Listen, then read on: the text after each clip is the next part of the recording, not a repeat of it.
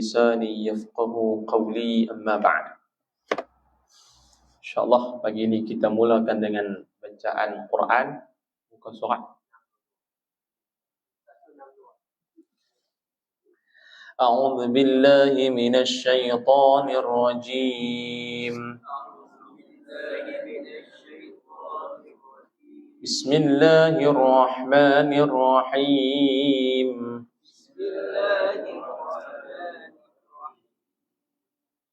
قال الملأ الذين استكبروا من قومه لنخرجنك يا شعيب والذين آمنوا معك قال الملأ الذين استكبروا من قومه لنخرجنك يا شعيب والذين آمنوا معك من قريتنا أو لتعودن في ملتنا والذين آمنوا معك من قريتنا أو لتعودن قال أولو كنا كارهين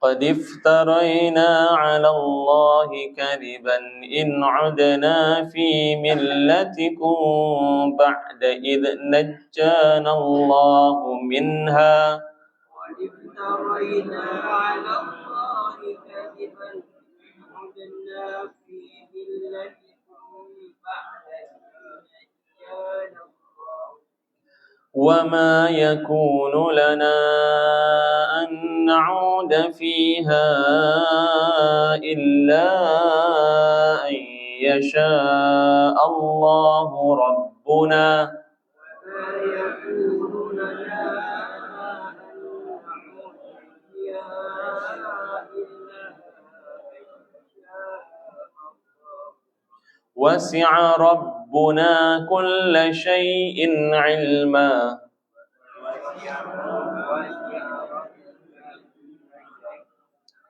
على الله توكلنا ربنا افتح بيننا وبين قومنا بالحق وأنت خير الفاتحين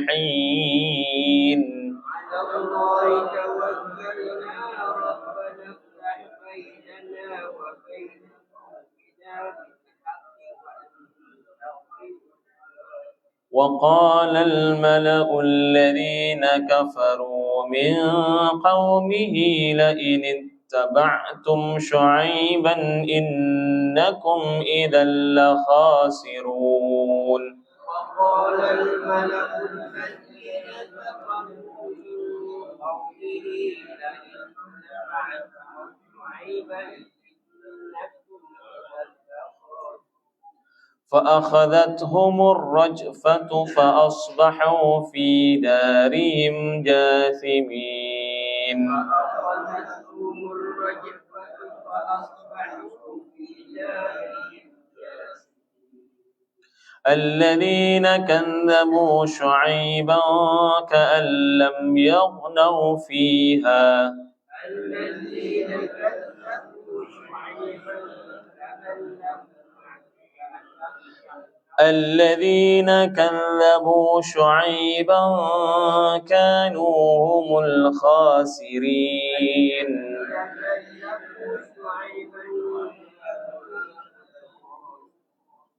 فتولى عنهم وقال يا قوم لقد أبلغتكم رسالات ربي ونصحت لكم فتولى عنهم وقال يا قوم لقد أبلغتكم رسالات ربي ونصحت لكم فكيف آسى على قوم كافرين وما أرسلنا في قرية من نبي إلا أخذنا أهلها بالبأساء والضراء لعلهم يضرعون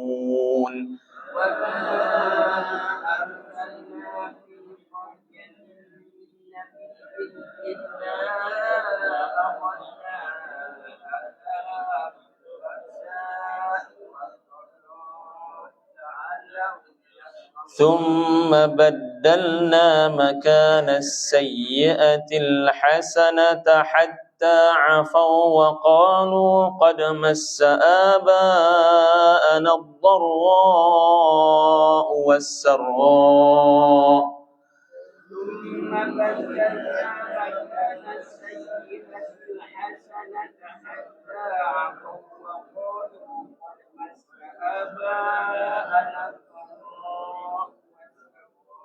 وقالوا قد مس آباءنا الضراء والسراء فأخذناهم بغتة وهم لا يشعرون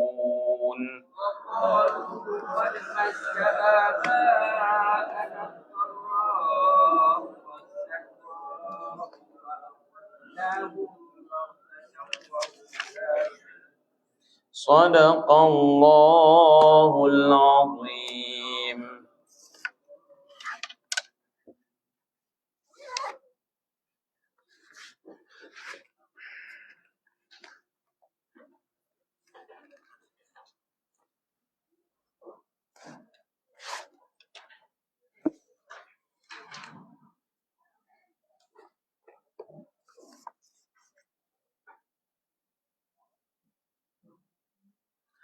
Baik tuan-tuan puan-puan muslimin muslimat yang dirahmati Allah Ta'ala sekalian, kita sambung bacaan kitab Bahrul Madhi jilid 12. Kita tengok satu bab baru, iaitu bab ma jaa fi lubsil khatami fil yamin, iaitu bab yang telah datang ia pada menyatakan hadis yang membicarakan memakai cincin di sebelah kanan. Tentu yang dikatakan sunnah ataupun perbuatan paling afdal. Cincin ni nak pakai belah mana? Belah kanan ke belah kiri? Adakah tak boleh terus pakai belah kiri? Baik, ketahuilah kiranya ya saudaraku, apabila seseorang kita suka memakai cincin yang diharuskan oleh syarak. Sebab pada sebut lagu tu, sebab ada orang tuan-tuan dia suka pakai cincin yang diharamkan oleh syarak. Cincin apa hak tak boleh pakai tu? Orang lelaki-lelaki cincin emas tak boleh pakai. Maka adakah kita pakai akan dia di jari-jari tangan kanan ataupun di jari tangan kiri? So orang nak pakai cincin ni, seeloknya, sebaiknya dia nak pakai belah mana? Belah kanan ke belah kiri? Maka tentang ini ada khilaf ulama' padanya. Ulama' berbeza pendapat. Makna kata tak semestinya pakai belah kanan. Sebab ada khilaf daripada kalangan ulama'. Kata setengah ulama', maka sayogianya sebelah kanan. Sebahagian ulama' kata sebaiknya, seeloknya belah kanan. Cincin apa pun, cincin yang diharuskan oleh syarak nak pakai, kata ulama' pakai belah kanan. Dan kata setengah ulama' sayugianya tangan sebelah kiri. Ada pula sebagian ulama' dia kata seeloknya belah kiri. Masing-masing tuan-tuan pakai ada hujah. Pasal ada hak kata belah kanan, pasal ada hak kata belah kiri, masing-masing ada hujah masing-masing. Dan tuan-tuan pakai cincin ni belah kanan ke belah kiri ke, kadang-kadang orang hantar pakai cincin dia pakai jam. Jam pun sama. Nak pakai belah kanan ke, nak pakai belah kiri. Termasuk macam hukum cincin ni. Ada dua pendapat. Baik. Maka masing-masing ulama' ada belaka dengan dalilnya masing-masing. Semua ulama' hak kata belah kanan ada dalil, hak kata pakai belah kiri pun ada dalil. Maknanya khilaf tu tuan-tuan perlu diraikan. No? Ada orang pakai belah kanan tak apa, ada orang pakai belah kiri tak apa, sebab dua-dua alasan. Dua-dua pendapat ada dalil dan alasan dia. Maka dalil memakai cincin di sebelah kanan itu telah dikeluarkan oleh Nabi telah dikeluarkan oleh Imam At-Tirmidzi dengan katanya an Ibnu Umar radhiyallahu taala anhu anna an-nabiy sallallahu alaihi wasallam sana'a khataman min dhahab fatakhattama bihi fi yaminih. Diriwayatkan daripada seorang sahabat bagi Nabi sallallahu alaihi wasallam yang masyhur dengan nama Sayyidina Abdullah bin Umar bin Al-Khattab radhiyallahu taala anhuma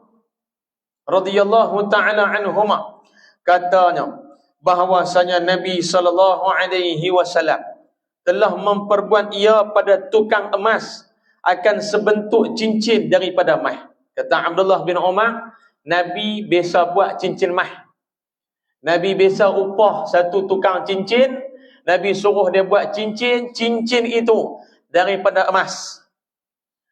Apakala sudah siap cincinnya itu, lalu dicincinkannya akan dia di sebelah tangan kanan.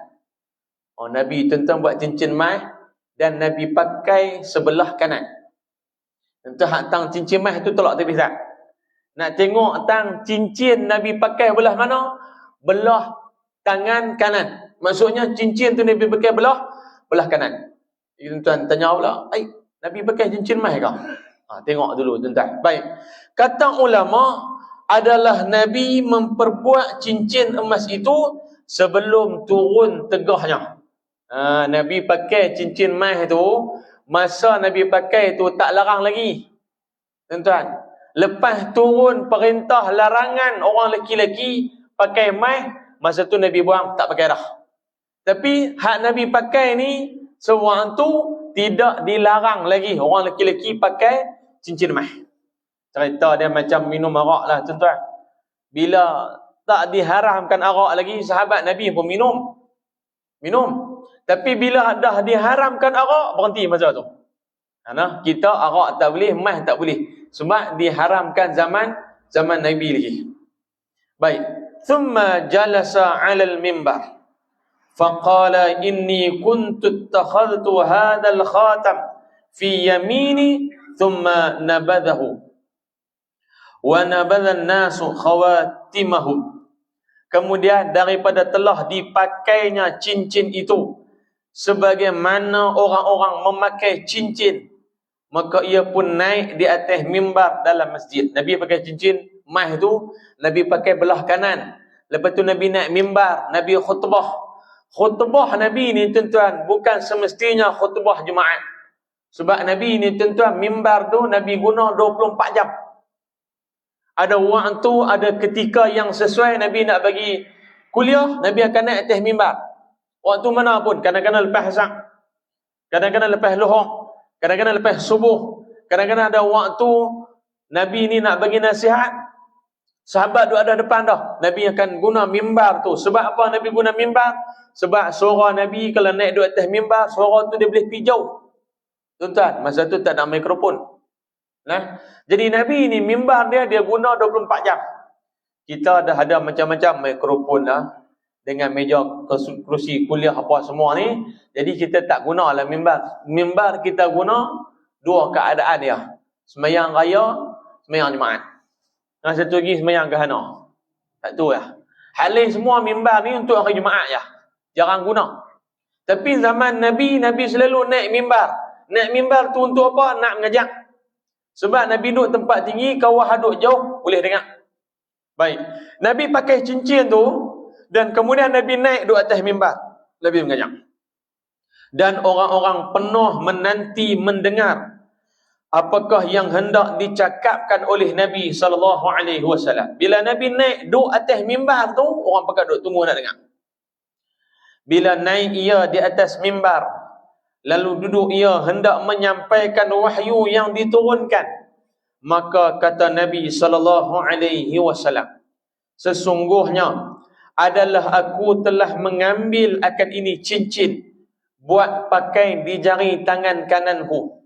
Nabi kata ni cincin yang aku duk pakai ni, cincin ni aku pakai daripada sebelah kanan, Nabi kata.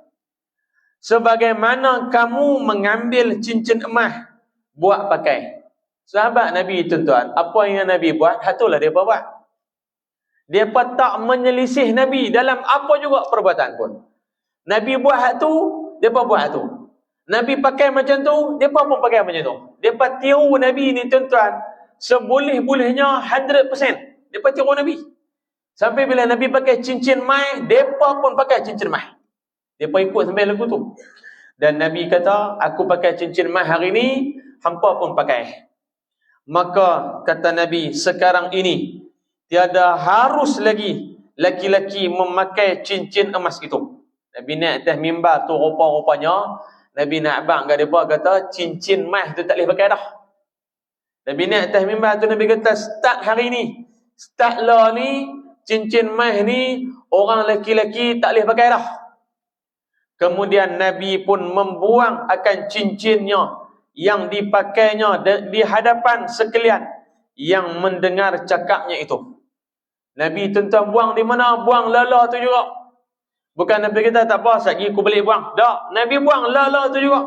Depan-depan sahabat ni, duduk atas mimbar tu, Nabi kata cincin ni aku dah tak boleh pakai dah, hampa pun tak boleh pakai dah, kena buang. Nabi buang lala tu juga. Tu yang kata contoh ikutan tu.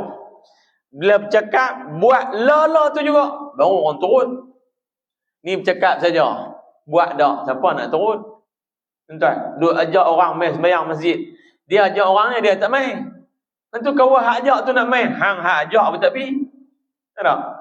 Nabi tuan-tuan, dia punya ajaran dia, dia ajar, dia tunjuk, dia buat dulu, baru orang turun. Dan itulah dakwah yang paling berkesan. Kita ajak orang buat benda baik, kita kena buat dulu.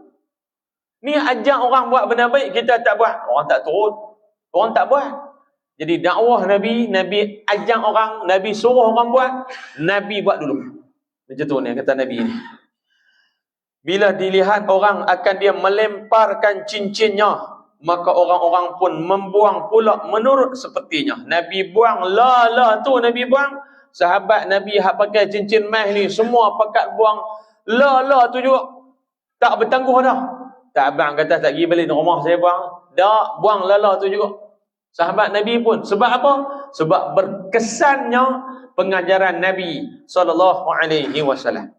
Kata Imam At-Tirmizi, dan pada bab ini ada riwayat hadis daripada Sayyidina Ali dan Jabir bin Abdullah dan Abdullah bin Ja'far dan Abdullah bin Abbas dan Siti Aisyah dan Anas bin Malik. Katanya lagi, bermula hadis Abdullah bin Umar ini adalah hadis yang hasan, lagi sahih, lagi gharib. Maknanya tuan-tuan, hadis ni dijadikan sebagai hujjah pengharaman emas ke atas orang lelaki-lelaki. Maknanya kalau orang lelaki-lelaki pakai juga cincin emas tanpa keperluan syar'i, maka dia berada dalam keadaan berdosa. Dia kena buang, tak boleh pakai. Baik, masalah memakai cincin di jari sebelah kanan dan dalilnya lagi. Ni dalil lagi tuan-tuan. Hukum pakai cincin belah kanan ataupun pakai jam belah kanan. Maka sayugianya, sebaiknya, seeloknya cincin belah kanan ataupun jam tangan pun belah kanan. Yang tu sayugianya. No? Baik. Hak ni belah kanan lu. Orang pakai belah kiri tunggu Ustaz. No? Belah kanan lu. Saya tahu kena tukar pergi belah kanan kau Ustaz. Dah. Hak ni hak belah kanan dulu. Nah? Sebab tuan-tuan, kadang-kadang benda ni dia jadi perbalahan. No? Kau ada biasa pakai belah kiri. Dia rasa, belah kiri ni salah kah? Saya pun tuan-tuan pakai jam belah kiri. Tak nak? Nah? Dia ada alasan dia tuan-tuan. Bukan tak boleh terus pakai belah kiri ni. Cuma belah kanan itu diutamakan. Diutamakan belah kanan. Baik, dalil lagi dia kata, sebenarnya banyak hadis yang menunjukkan Nabi memakai cincin di jarinya tangan sebelah kanan. Nabi pakai cincin jari tangan belah kanan. Kenapa Nabi tak pakai jam? Jam tak ada lagi. Tak? Jam tak ada lagi. Nabi tak pakai. Yang ada cincin. Jadi Nabi pakai sebelah kanan. Maka ini satu lagi hadisnya dikeluarkan oleh Imam At-Tirmidzi dengan katanya, Ani Salti bin Abdullah bin Naufal qala ra'aitu ibn Abbas yatakhattamu fi yaminih. Diriwayatkan daripada As-Salti bin Abdullah bin Naufal katanya, telah aku lihat seorang sahabat Nabi SAW yang sangat alimnya, namanya Sayyidina Abdullah bin Abbas radhiyallahu taala anhuma. Abdullah bin Abbas ni tuan-tuan, dia satu sahabat Nabi yang alim dalam bidang tafsir Quran. Tuan-tuan, dia dalam bidang tafsir, dia antara sahabat yang alim. Sebab apa tuan-tuan, dia mengaji dengan Nabi dan dia dapat satu doa yang barakah daripada Nabi. Waktu dia kecil-kecil, pak dia Al-Abbas. Abbas ni siapa dia? Pak menekan Nabi. Abdullah bin Abbas itu sepupu lah. Bawa Abdullah ni mai dekat Nabi, Nabi doa dekat dia, Allahumma faqihhu fid din wa 'allimhu ta'wil. Nabi doa tu kat dia. Apa makna doa tu? Ya Allah, bagilah budak ni faham dengan agama dia. Wa 'allimhu ta'wil, dan bagilah dia pandai ilmu ta'wil, ilmu tafsir Quran. Dan berkat doa Nabi, memang dia pandai tafsir Quran. Dia orang sahabat Nabi yang alim. Abdullah bin Abbas radhiyallahu taala anhuma. Baik. Kata As-Salti, dia kata aku tengok satu sahabat Nabi yang sangat alim, iaitu Abdullah bin Abbas, telah memakai cincin ia pada jari sebelah tangan kanan. Kata As-Salti, aku tengok sahabat Nabi Abdullah bin Abbas pakai cincin di sebelah kanan. Wala ikhaluhu illa qala ra'aitu Rasulullah sallallahu alaihi wasallam yatakhattamu fi yaminih. Dan tiada aku sangkakan dia, melainkan katanya, telah aku lihat akan Nabi sallallahu alaihi wasallam memakai cincin pada jari tangan kanannya, maka aku menurut sebagaimana perbuatan Nabi. Abdullah bin Abbas, dia nak buang segala pemikiran ataupun segala sangkaan orang. Dia kata aku pakai belah kanan ni sebab ianya perbuatan Nabi sallallahu alaihi wasallam. Nabi pakai belah kanan. Itu dalil bagi orang yang pakai cincin, orang yang pakai jam tangan belah kanan. Sebab belah kanan itu diutamakan, ataupun Nabi pakai belah kanan. Sebab benda hak baik-baik ini tuan-tuan dimulakan dengan belah kanan. Cincin, jam tangan, ini semua belah kanan. Kata Imam At-Tirmidzi, telah berkata Muhammad bin Ismail guruku, hadis As-Salti bin Abdullah bin Naufal itu adalah hadis yang hasan lagi sahih. Baik.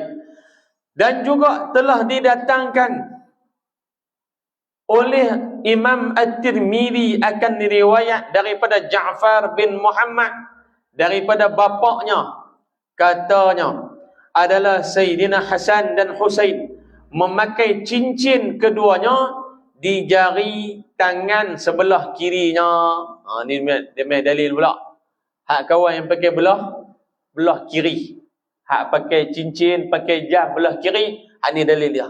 Cucu Nabi ni sebenarnya tuan-tuan, orang yang dekat dengan Nabi lah. Al-Hasan dan Husain, mereka ni tok wan mereka Nabi. Takkan mereka tak arti kot. Ya tak? Mereka ni tuan-tuan, cucu Nabi, mereka pakai cincin belah kiri. Mereka pakai cincin belah kiri. Jadi salah tak pakai belah kiri itu? Tak salah lah. Pasal apa? Cucu Nabi pakai belah kiri. Ada dalil pula belah kiri. Kata Imam At-Tirmidzi, ini hadis adalah hadis yang hasan, sahih juga. Kata Imam At-Tirmidzi, dia kata cucu Nabi pakai cincin belah kiri itu, hadis itu adalah hadis yang hasan dan sahih. Maknanya tuan-tuan, salah ada orang pakai cincin belah kiri? Tak salah. Pakailah. Tak orang pakai cincin pun tak apa. Pakai belah kanan, pakai belah kiri. Yang tu sunnah Nabi belah kanan. Cucu Nabi pakai belah kiri. Tuan-tuan boleh belakang. No? Yang tak jadi sunnah pakai cincin di jari kaki. No? Itu tak jadi sunnah. Tak ada kerja. No, dia tak tahu nak buh di mana, tangan tak tahu nak buh dah, dia pergi buh di jari kaki. No, hak tu tak ada dalam sunnah. Baik. Dan datang riwayat daripada Abdullah bin Ja'far radhiyallahu taala anhu, katanya adalah Nabi sallallahu alaihi wasallam memakai cincin di jari tangan sebelah kanan. Ini dia doa abang Nabi pakai cincin belah kanan. Kata Imam At-Tirmidzi, dan telah berkata Muhammad bin Ismail guruku, ini hadis lebih asah daripada suatu yang diriwayatkan dia pada ini bab. So dia ulang balik hadis tu nak bab apa? Nabi cincin dia pakai belah kanan. Habis kata. Jadi kita kalau nak pakai belah kanan pun ada sandaran dia, Nabi pakai belah kanan. Baik, masalah memakai cincin di jari kelingking. Entah kadang-kadang orang dia cincin dia buh ikut dan lah. Tak? Buh jari telunjuk, buh jari hantu, kadang buh jari manis. Entah, kadang-kadang buh jari kelingking. Ni yang kata pakai cincin ikut sunnah ni pun tuan-tuan, ada hadis dia. Pakai cincin tu pun tuan-tuan boleh dapat pahala sunnah apabila dipakai mengikut perbuatan Nabi. Kata Imam Nawawi rahimahullahu ta'ala di dalam syarah Muslim, dan telah ijma' muslimun atas bahawasanya sunat memakai cincin itu oleh orang lelaki di jarinya. Tuan-tuan, ijma' ulama bahawa orang lelaki sunat pakai cincin di jari. Jari mana? Jari kelingking. Sunat nah tuan-tuan, kalau jari nak pakai, orang lelaki nak pakai cincin, pakai di jari kelingking. Itu sunat. Nah, adapun perempuan, maka boleh ia memakai banyak-banyak cincinnya pada jari-jarinya. Kalau orang perempuan, dia nak pakai banyak mana, semua jari pun tak apa. Orang perempuan ni, kok gemak dia tak torah tu, tak torah duit banyak, kan? Dia duit banyak, dia beli cincin orang 10, dia bubuh semua jari dia. Tak? Ikut suka dia. Tak? Dia pakai semua jari. Saat ni dia nak potong bawang ke, dia nak masak, ikut suka dia lah. Payah ke apa, ikut suka dia. Dia nak pakai. Tak? Dia nak pakai. Orang perempuan, jari mana tak apa. Tapi orang lelaki yang paling sunnahnya, dapat pahala sunnah adalah belah kanan, kemudian cincin tu dipakai pada jari kelingking. Nah. Dan makruh bagi lelaki-lelaki, makruh tuan-tuan, makruh bagi lelaki-lelaki memakai cincin di jari tengah. Ada tuan-tuan setengah orang dia pakai cincin jari tengah ni, orang lelaki-lelaki ni, jari tengah ni, orang panggil jari hantu, kan? Dan jari telunjuk dan ibu jari akan sebagai karahiyah tanzih. Maksud kata cincin orang lelaki-lelaki ni, kalau dia pakai ibu jari, jari telunjuk dan jari tengah, makruh tanzih. No? Makruh tanzih ni apa dia? Makruh dilarang lah. No? Seeloknya jangan jari tu. Tapi kalau dia pakai juga tak berdosa. Dia pakai juga di jari tengah tak berdosa. Dia pakai juga di jari telunjuk tak berdosa. Dia pakai di ibu jari tak berdosa. Cuma makruh ya. Makruh ni maksud kata apa? Eloknya tosahlah jari tu. No? Seeloknya tosahlah. Tapi kalau nak pakai juga ikut suka lah. Itu yang dimaksudkan dengan makruh tanzih. Dia taklah sampai ke tahap membawa berdosa. Tetapi seeloknya, sebaiknya jangan jari tu. So tuan-tuan, lebih baik pakailah jari kelingking, dapat pahala sunat. Sebab bersamaan dengan perbuatan Nabi SAW. Nah, baik. Cuma kadang-kadang tuan-tuan, kawah duk pakai jari tengah. Tak? Pasal apa dia pakai jari tengah? Pasal ketir batu orang tu besar. Dia pasal apa? Remote orang senang dia kata. Oh, nak remote orang pula dah. Hak ni tuan-tuan, bukan takat makruh tanzih, bahkan bid'ah pula lagi. Pasal apa? Nak pergi duk remote orang. No? Tak kena lah. Alasan tu tak kena. Tapi kalau nak pakai juga, pakailah. Nak remote orang tu tak kena. No? Baik. Masalah memakai cincin di jari kelingking itu apa sebab disuruh oleh syarak? Pasal apa syarak suruh pakai belah Belah kelingking tu pasal apa? Baik. Kata Imam Nawawi, bermula hikmah disuruh syarak memakai cincin itu di jari kelingking kerana jauh ia daripada kena lasak dan kena lasah hari-hari. Oleh sebab tangan itu bekerja ia. Kata Imam Nawawi, pasal apa tak boleh pakai di ibu jari, jari telunjuk, jari tengah, pasal apa? Sebab kita duk buat kerja. Kalau pakai cincin jari tu, dia ganggu nak buat kerja tu. So, sayugianya, sebaiknya cincin itu duduk di jari kelingking. Sebab jari kelingking ni, dia tak apa buat kerja sangat. Hak tu buat kerja ni, jari hak ni. Daripada ibu jari sampai jari tengah ni, hak ni yang banyak buat kerja. Jari kelingking ni, dia support ni lah. Jadi, hak jari kelingking tu, seeloknya, dia letak cincin pada jari kelingking. Hak tu alasan dia, kata Imam Nawawi. Dan pula tiada ia memberi bimbang akan tangan daripada apa yang hendak diperbuatnya. Pakai jari telunjuk, ibu jari, dia ganggu nak buat kerja payah. Bersalahan dipakaikan cincin itu di jari lain daripada jari kelingking itu, maka memberi bimbang ia kena lasah ia sama-sama dengannya. Imam Nawawi kata eloknya jari kelingking, jari lain ni saya ganggu nak buat kerja. Hak tu ya alasan dia. Tapi kalau nak pakai juga, silalah, pakailah. Tak ada masalah apa. No, cuma makruh saja 3 jari yang kita sebutkan tadi. Baik, tuan-tuan yang dirahmati Allah Ta'ala sekalian. Sikit lagi kita masuk tentang dalil orang pakai cincin belah kiri. No, hak orang pakai belah kiri ni dia tak puas hati lagi. Pasal apa? Dalil hak belah kanan tu banyak, hak belah kiri tak jumpa lagi. Hak ni dia nak sebut. Memakai cincin di jari tangan kiri.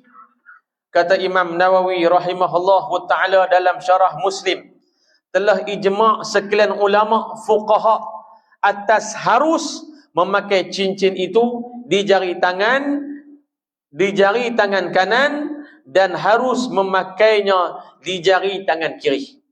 Harus makna kata belah kanan boleh, belah kiri pun boleh. Harus, tidak ada masalah. Dan tiada makruh salah satu daripada keduanya. Kalau tuan pakai belah kiri pun tak makruh, tuan pakai belah kanan pun tak apa, pakai belah kiri pun tak apa, tak makruh.